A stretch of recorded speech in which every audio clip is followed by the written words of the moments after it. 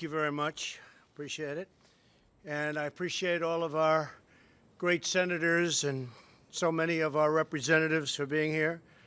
Senator John Boozman. John, you're here someplace. Hi, John. Thank you. Senator Mike Crapo. Thank you, Mike. Senator Steve Daines. Senator Hoeven. Thank you. They're all here. Senator Cindy Hyde-Smith. Cindy, thank you very much. Senator James Lankford. James, thank you, James. Senator Pat Roberts, he loves those farms. He loves the farmers like I do. Representative Diane Black. Diane, thank you. Representative Kevin Brady with our new tax bill. How's it coming, Kevin? Good? Representative Mike Conaway. Mike? Thank you, Mike. Representative Dan Newhouse. Thank you, Dan. Representative Kristi Noem. I have to call her governor now. That was a great win. Thank you, Kristi.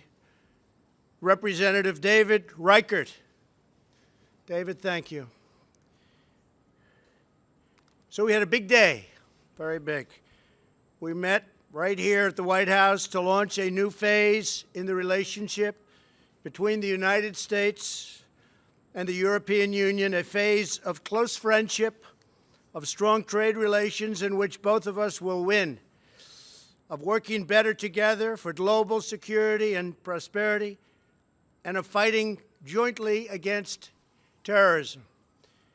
The United States and the European Union together count for more than 830 million citizens and more than 50% of the global GDP. In other words, together we're more than 50% of trade. If we team up, we can make our planet a better, more secure, and more prosperous place.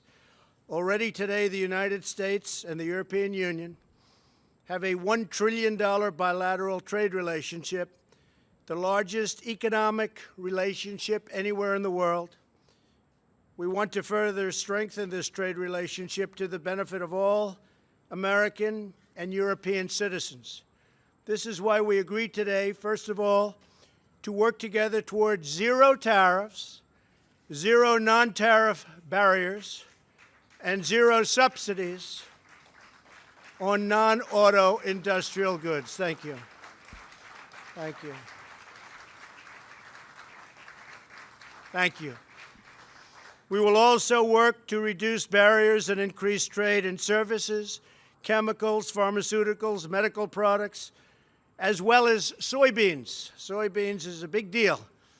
And the European Union is going to start almost immediately to buy a lot of soybeans. They're a tremendous market. Buy a lot of soybeans from our farmers in the Midwest primarily. So I thank you for that, Jean-Claude. This will open markets for farmers and workers, increase investment, and lead to greater prosperity in both the United States and the European Union. It will also make trade fairer and more reciprocal, my favorite word, reciprocal.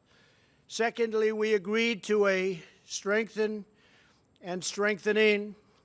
of our strategic cooperation with respect to energy.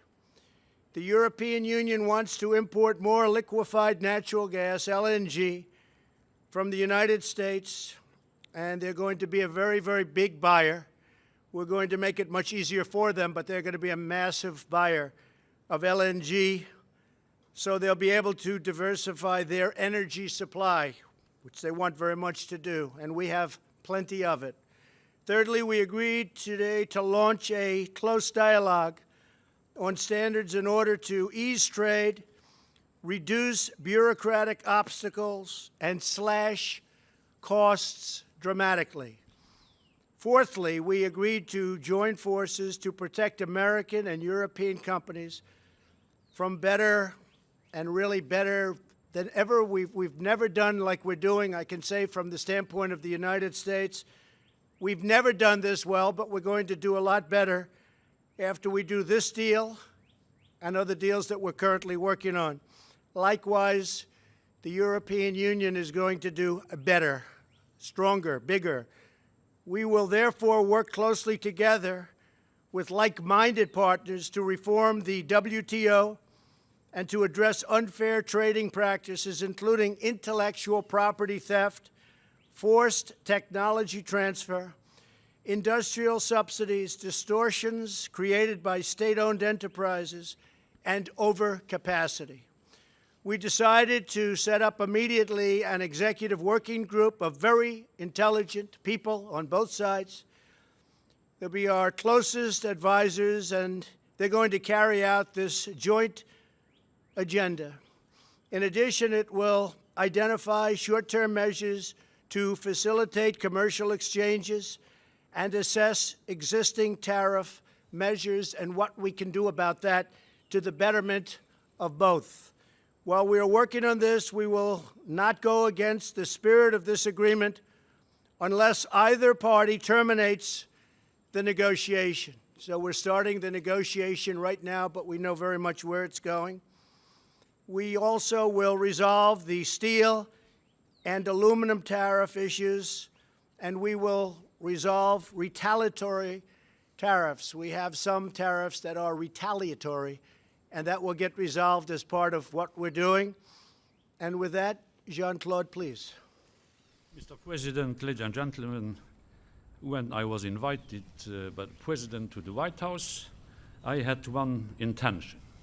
I had the intention to make a deal today, and we made a deal today. We have identified a number of areas on which to work together. Work towards zero tariffs on industrial goods. That was my main intention, to propose to come down to zero tariffs on industrial goods. We've decided to strengthen our cooperation on energy. The EU will build more terminals to import liquefied natural gas from the US. This is also a message for others. We agreed to establish a dialogue on standards. As far as agriculture is concerned, the European Union can import more soybeans from the US, and it will be done. And we also agreed to work together on the reform of the WTO.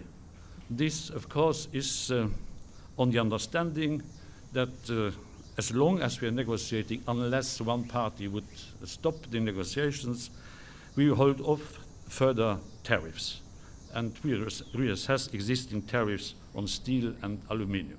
This was a good, constructive meeting. Thank you, Donald. Well, thank you very much, Jean-Claude. And I just want to conclude by saying this was a very big day for free and fair trade. Very big day indeed. Thank you very much, everybody. Thank you. Thank you.